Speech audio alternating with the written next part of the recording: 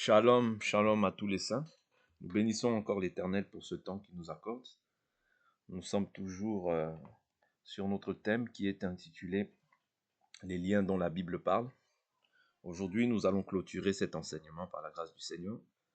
Donc, nous avions vu en fait dans les liens dont la Bible parle, comme adjectif, nous avions pris obligé, destiné. Nous avions pris attaché, maintenir, divers éléments ensemble. Vous voyez, donc assembler, joindre, okay. Unir des choses ensemble. Voilà. Donc tous ces adjectifs permettent de renforcer en fait le mot que nous sommes en train de pouvoir développer tout autour de cet enseignement. Donc par le lien, donc on voit tout ce qui attache, tout ce qui nous maintient, tout ce qui nous oblige, tout ce qui nous asservit, tout ce qui nous contraint, tout ce qui nous force, tout ce qui nous oblige, tout ce qui nous restreint à faire certaines choses. En réalité, lorsque nous sommes liés, lorsque nous sommes liés, nous allons prendre quelques écritures bibliques, parce que ça, ce sont bien sûr des recherches, mais les recherches ne sont pas contre la Bible, mais néanmoins, nous devons toujours apporter la pensée de la Bible. Prenons un peu le livre de Psaume. Psaume, je prends un peu au chapitre Psaume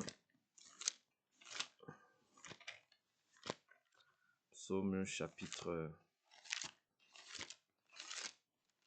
18. 18, je prends le verset 2. L'Écriture dit « Il dit, je t'aime, Éternel, ma force, Éternel, mon roc, ma forteresse, mon libérateur. Mon Dieu, mon rocher où je me réfugie, mon bouclier, la force qui me sauve, ma haute retraite. » Vous voyez, donc ici il dit, au verset 4, il dit « Je m'écris, loué soit l'Éternel, et je suis sauvé de mes ennemis. Les liens de la mort m'avaient enserré, et les torrents de la destruction m'avaient épouvanté. Le lien du séjour des morts m'avait entouré, les filets de la mort étaient devant moi. Dans ma détresse, j'invoque l'Éternel, je crie à mon Dieu, de son palais, il entend ma voix, et mon cri vers lui parvient à ses oreilles. » Donc ici, on voit encore quelques liens, parce que nous avions beaucoup parlé, en fait, dans cet enseignement, des liens qui sont liés à la vie de Paul. Lorsqu'on voit dans le livre de Actes des Apôtres, on voit en fait Paul parler des liens et des chaînes et des tribulations qui l'attendent. Vous voyez, donc il dit lié par l'esprit. Vous voyez, je sais que des liens et des persécutions m'attendent. Donc ici, on voit en fait aussi David parler en fait de ces liens. Vous voyez, donc lorsqu'il parle des liens ici, il dit les liens du séjour des morts et il parle des liens de la mort. Donc les liens de la mort ici, c'est lié par rapport aux ennemis qui sont en train de pouvoir chercher à pouvoir le détruire. Vous voyez? Parce qu'il dit quoi? Au verset 2, il dit « Je t'aime, Éternel, ma force, Éternel, mon roc, ma forteresse, mon libérateur, mon Dieu, mon rocher où je me réfugie, mon bouclier, la force qui me sauve, ma haute retraite. Je m'écris, loué soit l'Éternel, et je suis sauvé de mes ennemis. » Vous voyez? C'est-à-dire que le fait qu'il soit sauvé de ses ennemis, en réalité, les liens de la mort l'avaient enserré comment? Par rapport à la pression, par rapport à ce que ses ennemis étaient en train de pouvoir opérer contre peut-être son armée, contre lui. Vous comprenez? Donc ici, il ne s'agit pas d'un lien, il ne parle pas d'un lien de la mort comme s'il était possédé. Non. Vous voyez? Donc il parle d'un lien par rapport à l'oppression. C'est de la même manière que l'apôtre Paul parle de ces choses-là lorsqu'il dit des liens et des tribulations m'attendent. Vous comprenez? Donc il ne s'agit pas ici d'un lien de la mort comme si, voilà, comme les gens ils disent, oh, tu es lié par l'esprit de mort. Cela peut arriver, mais dans quel homme? Vous voyez, il faut préciser dans quel homme. Vous voyez, parce que l'homme qui marche conformément à la parole de Dieu, il n'y a pas lieu en fait qu'il soit lié, possédé. Vous voyez, il peut l'être, ok? Il peut l'être, mais maintenant il faut l'expliquer. C'est-à-dire que celui qui marche conformément à la volonté de Dieu, je le répète et je ne fais que le répéter en fait en long et en large durant cet enseignement. C'est-à-dire celui qui marche selon la volonté de Dieu, les liens qui peuvent l'attendre, c'est quoi? Ce sont les tribulations et les persécutions. Mais il est lié par le Saint-Esprit. C'est-à-dire c'est le Saint-Esprit qui permet en fait que ces choses-là puissent y arriver. Pourquoi? Parce que l'Écriture nous dit, Jésus lui-même a dit, vous aurez des persécutions dans le monde. Prenez courage, moi, j'ai vaincu le monde. Je prends cette écriture-là dans le livre de Jean. Jean.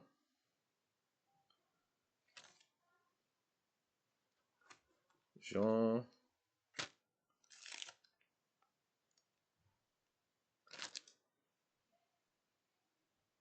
Jean. Bon.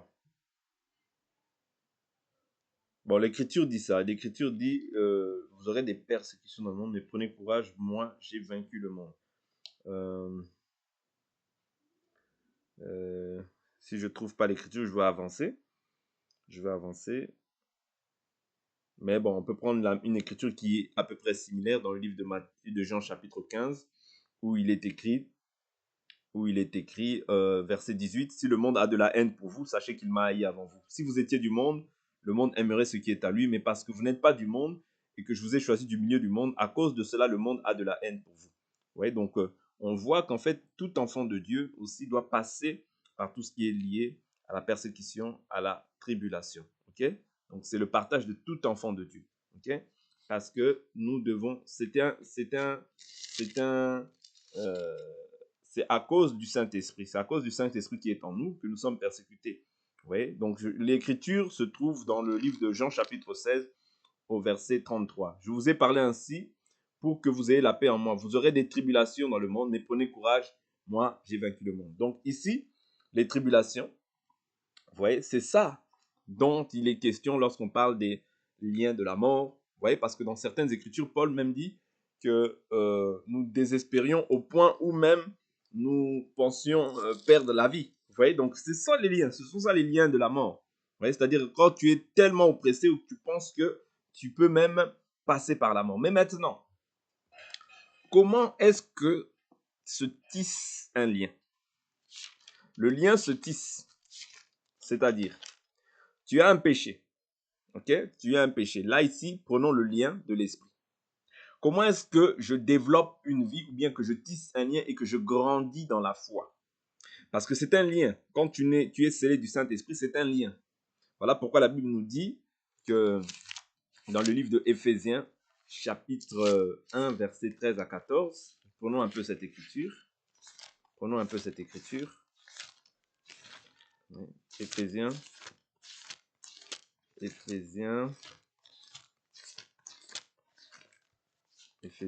Suivez attentivement parce que les choses qu'on va expliquer là, vraiment, ça va vraiment nous aider afin de comprendre en fait qu'est-ce que c'est qu'un lien et que vous ne soyez plus emportés à tout vent de doctrine. Éphésiens chapitre 1, verset 13. En lui, vous aussi, après avoir entendu la parole de la vérité, l'évangile de votre salut, en lui vous avez cru et vous avez été scellés. Vous voyez?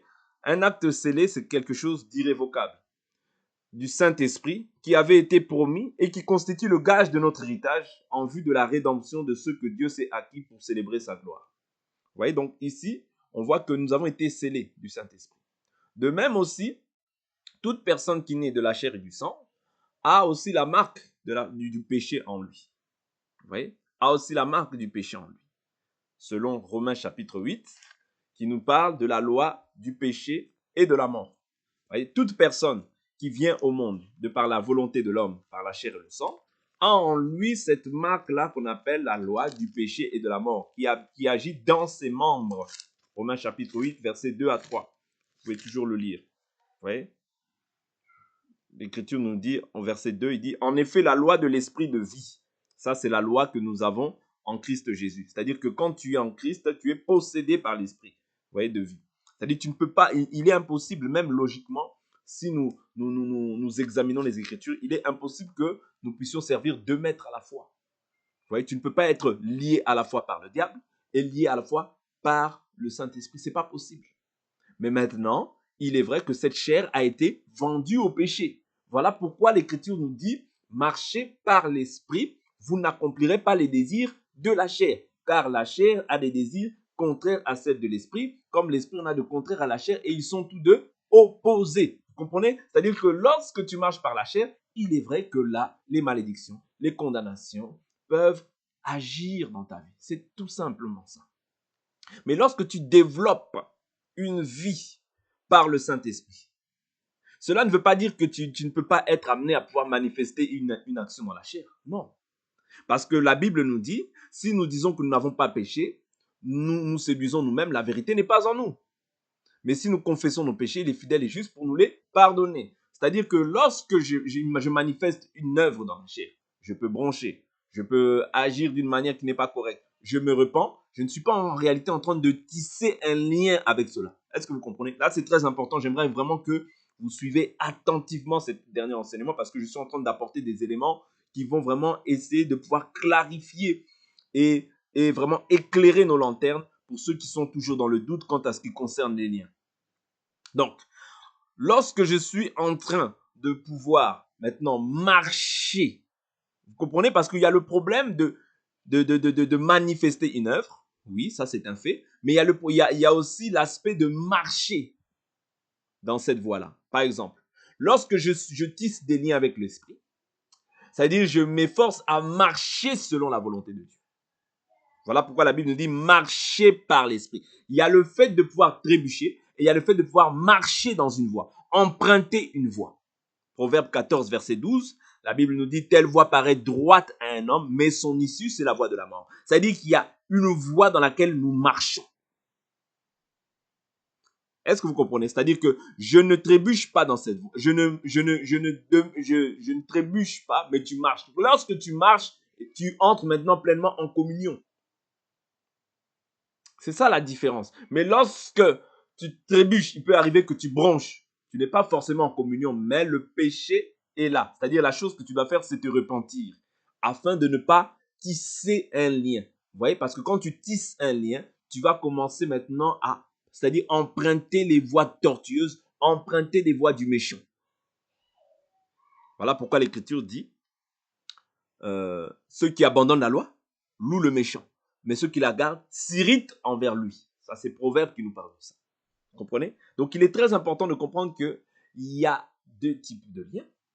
Vous voyez? Les liens de l'esprit qui vont engendrer quoi? L'amour, qui vont engendrer quoi? La paix, la joie, la bonté, la douceur, la fidélité, la maîtrise de soi, la bienveillance. Vous voyez? Tout ça, ce sont les liens. C'est-à-dire que plus on grandit, c'est-à-dire plus quand nous recevons, lorsque nous sommes scellés du Saint-Esprit, comme nous avions vu dans Éphésiens chapitre 1, verset 13 à 14, c'est-à-dire maintenant le Saint-Esprit vient nous lier afin que nous puissions, afin que le fruit soit manifeste. Le fruit qui doit être manifeste, c'est quoi? C'est l'amour, c'est la joie qui va engendrer la joie, qui va engendrer la paix, qui va engendrer la bonté, la douceur, la bienveillance, la fidélité, la maîtrise de soi, toutes ces choses-là. Vous voyez? Et cela maintenant doit être communiqué aussi à tous les saints qui sont autour de nous, afin qu'ils aient aussi les mêmes sentiments qui sont en Christ Jésus. C'est ça, c'est-à-dire le but pour lequel nous avons reçu le Saint-Esprit, le but pour lequel nous sommes dans un même corps ou bien dans une même localité d'église, c'est afin que nous soyons liés par cette parole et que nous tissons, vous voyez, parce que par cette parole, nous sommes en train de tisser des liens d'amour, des liens de fraternité, des liens de paix. Vous voyez, c'est ce que nous sommes en train de développer, de tisser par le Saint-Esprit. Ouais. C'est-à-dire faire en sorte que les hommes soient réconciliés avec Dieu, c'est aussi un lien, mais faire en sorte que ce lien-là soit manifeste aussi avec les frères dans la chair.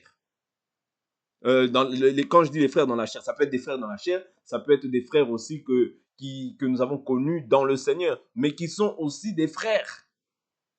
Et c'est ces liens-là que nous devons tisser avec eux. Vous voyez, quand on tisse ces liens, en réalité, on marche selon Dieu. Parce qu'on ne peut pas dire qu'on aime Dieu, mais qu'on n'aime pas le frère que nous voyons. Vous voyez, ça, quand tu agis comme ça, tu n'agis pas, en fait, tu ne tisses pas un lien selon l'esprit, mais tu tisses un lien, en fait, qui est contraire à la volonté de Dieu. C'est alors que là, on voit le péché. Vous voyez? Mais lorsque tu tisses maintenant, lorsque tu t'adonnes, lorsque tu empruntes une voie qui n'est pas à la volonté de Dieu, tu es en train de tisser les liens du mal. Vous voyez? C'est ça le lien. Vous voyez? Si on comprend, en fait, le lien comme la Bible nous l'enseigne, il n'y a pas lieu qu'on nous parle de oui, tu es lié, tu es possédé, tu es ceci, tu es cela. Non, ce sont réellement des fausses doctrines. Oui, ce sont des fausses doctrines que nous ne devons même pas observer. Vous voyez, parce que ces choses-là rendent les gens parano et ne rendent pas les gens en fait attachés à la vérité. Vous voyez, on va te parler d'autel. Oh, renverse les autels, renverse ceci, renverse cela. Bon, je ne comprends pas. Parce que nous aussi, nous avons un autel. Vous voyez, nous avons un autel, l'autel de Golgotha, dans lequel il y a eu des paroles aussi qui ont été prononcées. Et c'est sur ces paroles que nous devons nous appuyer et non pas sur les paroles des hommes. Vous voyez? Donc, les hommes, bien qu'ils puissent avoir des philosophies, des pensées, c'est bien beau. Vous voyez? Mais tant que ça ne subsiste pas sur la parole de Dieu, nous rejetons cela en bloc pour la gloire de Dieu. Vous voyez? Nous rejetons cela en bloc pour la gloire de Dieu. Je prends une écriture.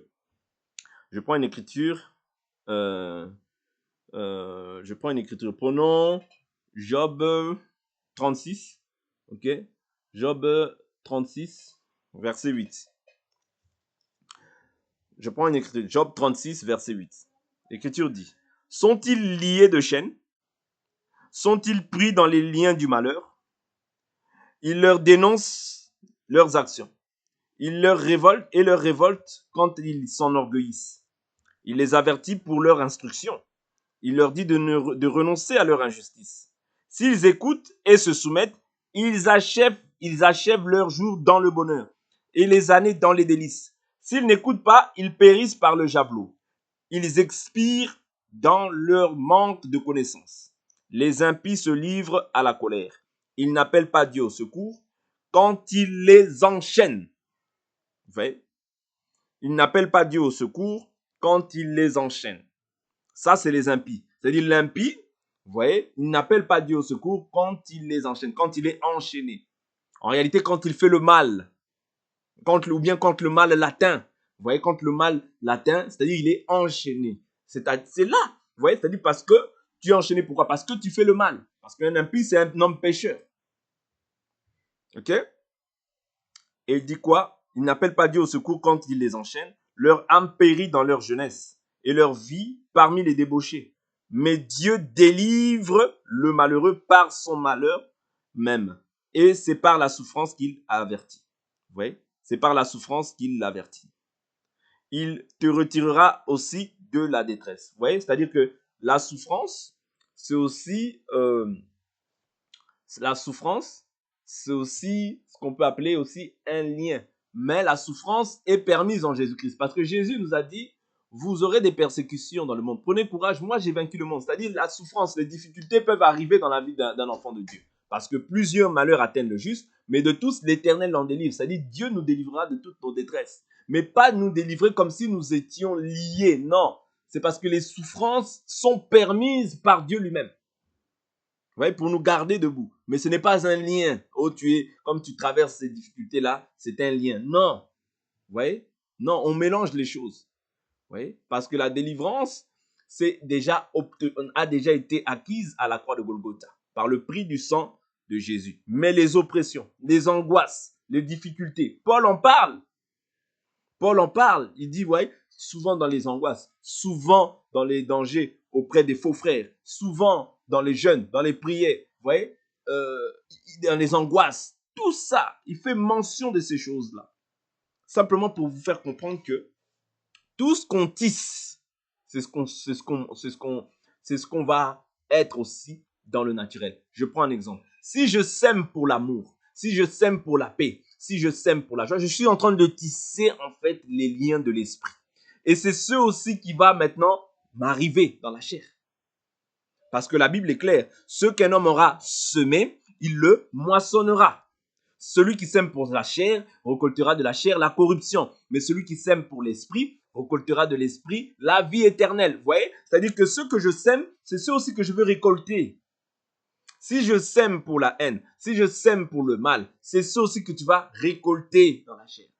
Parce que quand tu es en train de semer pour la chair, tu peux semer pour les querelles, les disputes, les haines, les jalousies. Tu es aussi en train de tisser un lien mais dans le mal. Et comme tu tisses dans le mal, là maintenant, la Bible nous dit quoi? Prenons 1 Jean. Prenons 1 Jean. Vous voyez? Parce que quand nous tissons, c'est ce que nous allons voir par la suite. Nous tissons des liens du mal, ou bien tu tisses le lien du bien. Or, quand tu tisses le lien du bien, c'est quand tu sèmes de l'esprit. Tu sèmes de ton temps, tu sèmes de l'amour, tu sèmes de la joie, tu sèmes de la paix, tu sèmes là où il y a des querelles, toi tu ramènes la paix. Tout ça, c'est semé pour le bien. Et tu vas récolter aussi selon Dieu. Vous voyez? Tu vas récolter selon Dieu. En fait, l'homme n'est que le fruit de ce qu'il tisse. Vous voyez? Quand tu es en Jésus, vous voyez, tu dois t'efforcer maintenant à vivre selon la parole afin de tisser en fait le bien. Vous voyez, de tisser le bien parce que c'est ça en fait le lien. Tu tisses un lien. Je prends un exemple. Quand je suis en famille, je dois tisser des liens, d'amour, des liens de paix, les liens voilà, d'humilité. Tout ça, ce sont des liens que nous tissons. Ouais. Tout ça, ce sont des liens que nous tissons, même avec nos frères, avec nos sœurs. Ouais. Que ce soit dans la chair ou dans la foi, nous devons nous efforcer à faire le bien.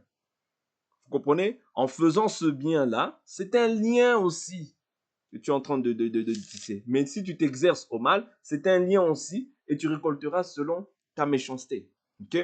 1 Jean, chapitre 1, je prends le verset 5. L'Écriture nous dit: voici le message que nous vous annonçons, que nous avons entendu de lui, que nous vous annonçons. Dieu est lumière, il n'y a pas en lui de ténèbres. Si nous disons que nous sommes en communion avec lui et que nous marchions dans les ténèbres, nous mentons et nous ne pratiquons pas la vérité. Vous voyez? Tu ne peux pas marcher avec Dieu et marcher dans les ténèbres, marcher dans le mal. Vous voyez? Parce que tu n'es pas en communion avec lui. Parce que la communion avec le Saint-Esprit te pousse à pouvoir faire le bien.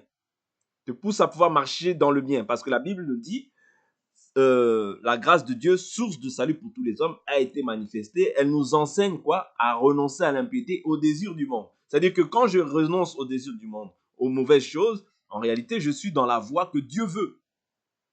Mais lorsque je marche dans les ténèbres, je ne suis pas dans la voie de Dieu, dans la volonté de Dieu. Vous voyez? Mais il dit quoi? Mais si nous marchons dans la lumière, comme il est lui-même dans la lumière, nous sommes en communion les uns avec les autres, et le sang de Jésus, son Fils, nous purifie de tout péché. Ah, ici, il n'exclut pas que quand tu marches dans la lumière, tu peux être à même de pouvoir manifester une œuvre dans la chair, puisqu'il dit que le sang de Jésus nous purifie de tout péché. Ouais, c'est-à-dire, tu peux être dans la lumière et manifester une œuvre dans la chair. Ça peut arriver, je ne t'encourage pas à pouvoir pécher. Mais si cela arrive, tu dois comprendre que, oui, effectivement, le sang de Jésus-Christ est disponible pour te purifier de tout péché, parce que nous pouvons broncher en parole.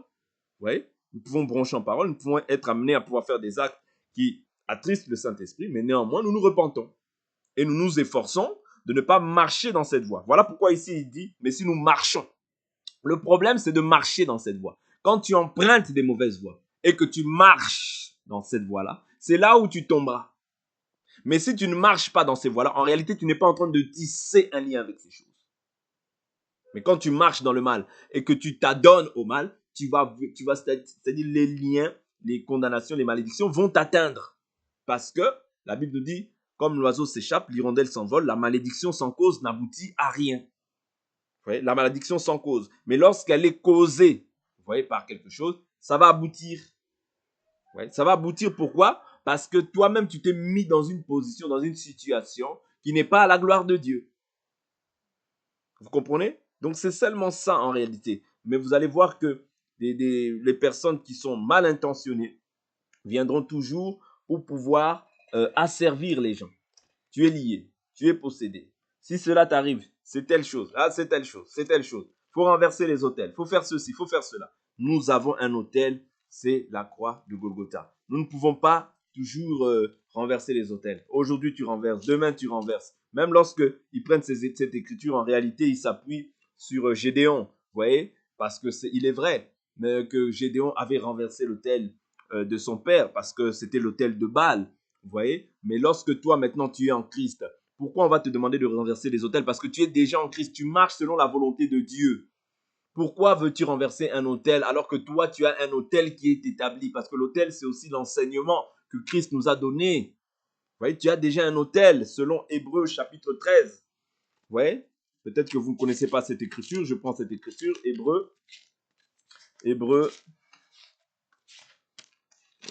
chapitre 13. Parce que ceux qui faisaient en fait que le peuple d'Israël était dans la souffrance au temps de Gédéon, c'est parce que cet autel-là, vous voyez, cet autel-là était dédié aux idoles.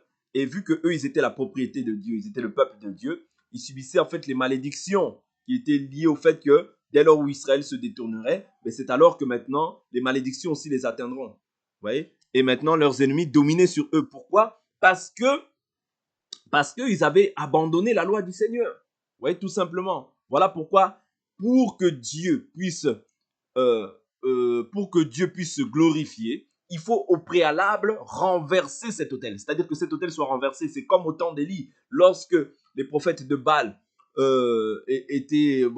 lorsque les prophètes de Baal, lorsque le peuple ne savait même plus si Baal était Dieu ou si l'Éternel était Dieu, il a fallu que Élie puisse, lorsqu'ils se sont affrontés sur le mont Carmel, Élie, les prophètes de Baal ont élevé un autel à Baal, mais Élie, lorsqu'il a voulu élever son sacrifice pour l'Éternel, il a renversé. Il ne pouvait pas rebâtir sur un autel qui était déjà faussé. Non, il a renversé. Maintenant, il a bâti l'autel selon le modèle que Dieu avait déclaré aux enfants d'Israël. C'est-à-dire, il n'a pas bâti sur le modèle de Baal. Non, vous comprenez?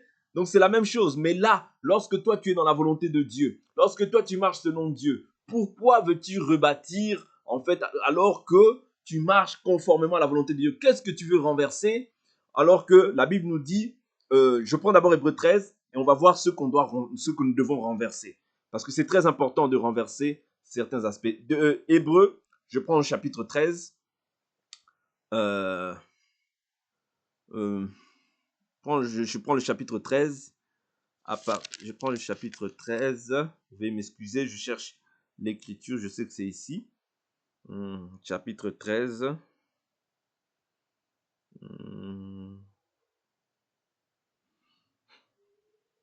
Chapitre 13. Bon, je vais lire, comme ça je vais tomber dessus. Chapitre 13, verset 8. Jésus-Christ est le même hier, aujourd'hui et pour l'éternité. Ne vous laissez pas entraîner par toutes sortes de doctrines étrangères, car il est bon que le cœur soit affermi par la grâce et non par des aliments qui n'ont servi de rien à ceux qui en ont usé.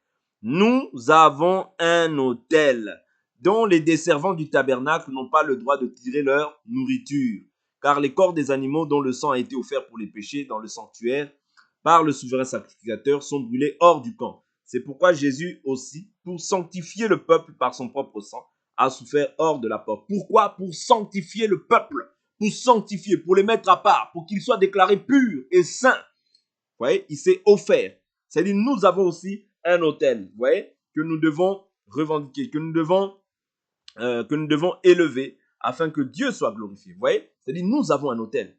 Nous ne pouvons pas renverser les autels. Nous ne pouvons pas faire toutes ces choses-là. Non, nous avons déjà notre autel. Jésus a dit, pardonne-leur. Nos péchés aujourd'hui sont pardonnés par son sang, pas à cause de tes œuvres. Vous voyez, toutes les paroles qui ont été prononcées à la croix, c'est pour toi. Vous voyez, c'est ça ton autel. Tu dois élever en fait l'œuvre de la croix. Tu dois élever en fait ce que Jésus a dit, ce que les apôtres ont dit. C'est tout un autel, c'est tout un enseignement. Et nous sommes édifiés sur le fondement des apôtres et des prophètes. Jésus-Christ étant la pierre de l'angle. Vous voyez, donc nous ne sommes pas édifiés sur... c'est-à-dire les gens prennent des écritures de l'ancienne alliance et ils le font, c'est-à-dire ils l'enseignent mal. Ils l'enseignent mal, ils sont là renversés des autels. Alors que toi, tu es un autel, alors que tu vis conformément à la volonté de Dieu, pourquoi en fait renverserais-tu les autels? Pourquoi on ramène de la foi à tes parents, à tes grands-parents? Oh, tu es lié, tu es possédé. Pourquoi faisons toutes ces choses-là? Non. Jacob, je le répète, lorsque Rachel est venue le voir, elle a dit, donne-moi un fils, sinon je meurs. Il a dit, suis-je à la place de Dieu qui t'empêche d'enfanter? Vous comprenez? Mais il ne lui a pas dit, tu es lié, tu es possédé, je vois que ceci, cela. Non, je vois que toi, tu es lié. Je vois que toi, tu es lié. Mais non, c'est quoi ça? C'est pas l'évangile. Il nous a délivrés du pouvoir des ténèbres et nous a transportés à son admirable et glorieuse lumière. Tu es libre. C'est pour la liberté que Christ nous a affranchis. Demeurez donc ferme dans cette liberté et ne vous remettez pas sous un joug étranger. Le problème, c'est quand tu te remets sous un joug étranger. Lorsque tu es sous un joug étranger, c'est alors que tu verras la malédiction t'atteindre. Mais lorsque tu es en Christ, il n'y a plus de raison qu'on puisse te parler de lien de l'autel. Renverse les autels. Fais ceci, fais cela. Non. 2 Corinthiens chapitre 10, verset 4. Qu'est-ce que nous devons renverser? Nous devons renverser justement ces faux enseignements. Nous devons renverser justement ces fausses doctrines. Nous devons renverser en fait tous ces aspects-là. Vous voyez? Toujours être constamment renouvelé par le Saint-Esprit dans l'homme intérieur. 2 Corinthiens 10, verset 4. Verset 3 même. Si nous marchons dans la chair, nous ne combattons pas selon la chair. Car les armes avec lesquelles nous combattons ne sont pas charnelles. Ouais, ne sont pas charnelles. Les armes avec lesquelles nous combattons ne sont pas charnelles. Mais elles sont puissantes devant Dieu pour renverser des forteresses. Nous renversons quoi? Les raisonnements. Vous voyez? Il y a des gens qui ont des forteresses dans leur tête, mais il y a aussi des forteresses qui sont spirituelles. Okay? Nous renversons les raisonnements. Il y a des gens qui ont des raisonnements dans leur tête. Vous voyez, on te dit que tu n'es plus lié, mais toi, tu veux seulement être lié. Oh, si tu es lié. Oh, si tu es possédé. Oh. Mais ce n'est pas la doctrine que les apôtres ont prêchée. Oui. Restons aussi fidèles quant à l'écriture. Ce n'est pas la doctrine que les apôtres ont prêchée. Ouais. Oh non, il faut renverser les autels de ta famille. Faut renverser les. Faut couper les liens. Coupe les liens, coupe les liens, coupe les liens. Et non, non, non, non. Non, ce n'est pas l'enseignement que les apôtres ont prêché. Vous voyez? Mais elles sont puissantes devant Dieu pour renverser des forteresses. Nous renversons les raisonnements. Beaucoup de gens ont des raisonnements. Et toute hauteur qui s'élève contre la connaissance de Dieu. Et nous amenons toute pensée. Ah, ça c'est intéressant. Toute pensée, les pensées là que tu as. Oh non, moi je suis lié, je pense que comme je n'arrive pas à avoir des enfants, je suis lié. Je pense qu'il y a un problème dans ma famille. Mais tu es en Christ. Parce que quand tu es en Christ, ce qu'il faut savoir, c'est que si quelqu'un est en Christ, il est une nouvelle créature. Les choses anciennes sont passées. Toutes choses sont devenues nouvelles. C'est-à-dire que tu as été recréé en Christ et Jésus pour des œuvres bonnes que Dieu a disposées afin que tu les pratiques. C'est-à-dire que tu es une nouvelle créature. Il faut simplement que tu connaisses ton identité, ta position en Christ Jésus. C'est fini. Vous comprenez? Toute hauteur qui s'élève contre la connaissance de Dieu, nous amenons toute pensée captive à l'obéissance de Christ. Oui. Les pensées, nous devons les emmener captifs à l'obéissance de Christ. Oui. Pas à l'obéissance d'un homme qui raconte sa philosophie. Parce qu'il a 30 ans, 20 ans, 30 ans de ministère. Non, l'obéissance de Christ. C'est ça qui est important. Oui. L'obéissance de Christ. Parce que sinon, c'est une idole que vous êtes en train de vénérer. Un faux enseignement, c'est une idole qu'on met dans vos cœurs. Vous devez renverser tout ce qui n'est pas à la gloire de Dieu. Donc ici, simplement pour clarifier et pour terminer, ce qu'on tisse dans le bien, c'est ce qu'on tisse, c'est s'efforcer de marcher selon l'esprit. Ok? Qui peut être possédé, qui peut être lié dans le mal, hein, bien sûr, quand le mal nous arrive, parce que le mal aussi peut arriver aux enfants de Dieu. Vous voyez? Ici, il n'est pas exclu que le mal puisse arriver à l'enfant de Dieu. Mais ici, il ne s'agit pas d'un lien. Il s'agit de la volonté de Dieu. Dieu peut permettre que tu passes par des souffrances. Job est passé par des souffrances. Mais néanmoins, Dieu l'en a délivré. Vous comprenez? Voilà pourquoi l'Écriture dit « Plusieurs malheurs atteignent le juste, mais de tous l'Éternel en délivre. » Lorsque le mal t'arrive, toi, enfant de Dieu, la chose que tu dois faire, c'est t'examiner. Est-ce que dans ta conscience, il y a quelque chose qui te reproche? Est-ce que tu as conscience d'avoir commis un acte qui n'est pas la gloire de Dieu? Si ta conscience te reproche quelque chose, repens-toi, fais la chose que Dieu te demande de faire. Et tu verras que ces choses-là, tu ne donneras pas l'avantage au diable. Ok? Mais si il arrivait que ta conscience ne te reproche rien, laisse, c'est Dieu qui permet que tu puisses passer par une épreuve. Ok? Ça, c'est dans le cadre d'un enfant de Dieu. Ce n'est pas, c'est-à-dire l'esprit peut permettre aussi qu'il y ait des difficultés dans ta vie. Maintenant, dans le cadre de ceux qui sont possédés, qui sont tourmentés, qui sont obsédés, tout ça, vous voyez, il s'agit aussi des liens qui peuvent les atteindre, mais ce sont les liens qui sont liés au mal. Vous voyez, parce que le diable aussi envoie des traits enflammés du malin dans nos vies. Vous voyez, mais maintenant, s'il arrivait que toi, tu marches mal, ou bien que tu es païen, ça c'est normal, parce que quand tu es païen, tu es vraiment dans le camp de l'ennemi. Mais lorsque tu es un chrétien charnel, il peut arriver que des choses comme ça puissent t'arriver. Mais quand elles t'arrivent, la chose que tu dois faire, c'est te repentir et prendre la résolution de pouvoir servir Dieu conformément à sa volonté. C'est ça. Il n'y a pas d'autre moyen. Ouais. Mais si tu demeures dans cette vie-là, de oui, je suis chrétien, mais je vole encore. Oui, je suis chrétien, mais je suis dans la fraude. Oui, je suis chrétien, mais je suis dans les magouilles. Oui, je suis chrétien, mais je drague les femmes des gens. Oui, je suis chrétien, mais je vole. Là, forcément, ces choses-là vont t'atteindre. Pourquoi? Parce que tu ne marches pas pleinement selon la volonté de Dieu. Il n'y a que ces trois aspects-là que je vous ai énumérés qui sont conformes à ce que la Bible enseigne. En dehors de ça, il n'y a pas, ça n'existe pas. Le reste n'existe pas. Voilà pourquoi la mort peut même t'atteindre. Toutes ces choses-là peuvent t'atteindre. Là, on voit Anania et Saphira Quand on voit même euh, Simon le magicien, Pierre, qu'est-ce qu'il lui dit? Il dit, je vois que tu es en proie au lien de l'amertume. Parce que qu'est-ce qu'il lui demande? Ce qu'il lui demande, il dit, si tu as cru que le don de Dieu s'acquiert à prix d'argent, c'est-à-dire c'était l'injustice. Mais il dit que je vois que tu es en proie. C'est-à-dire tu es en proie au lien de l'amertume. C'est-à-dire l'amertume a rempli son âme. Vous voyez? C'est-à-dire les liens de l'amertume ont rempli son âme. OK? Mais qu'est-ce qu'il lui dit? Repens-toi afin que cette pensée te soit pardonnée. Vous comprenez? C'est-à-dire que quand je manifeste le mal, la chose que je dois faire, c'est me repentir afin que cette pensée-là, cette action-là que j'ai posée me soit pardonnée.